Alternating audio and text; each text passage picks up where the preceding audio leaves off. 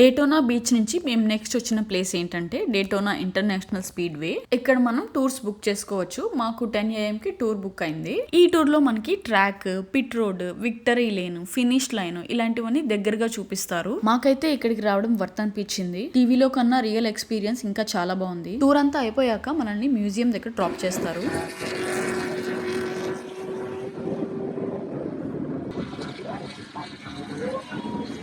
ఆ రోజు మేము వెళ్ళేసరికి చిన్న రేస్ జరుగుతునింది.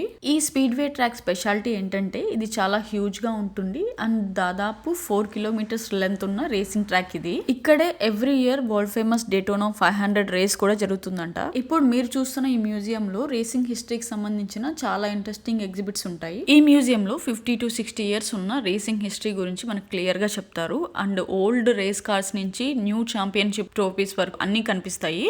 అలాగే రేసింగ్ ఎలా ఎవాల్వ్ అయిందో కూడా చూపిస్తారు. చాలా బాగుంటుంది ఎక్స్పీరియన్స్ అయితే. ఈ వీడియో మీకు నచ్చితే సబ్స్క్రైబ్ చేసుకోండి and stay tune for more.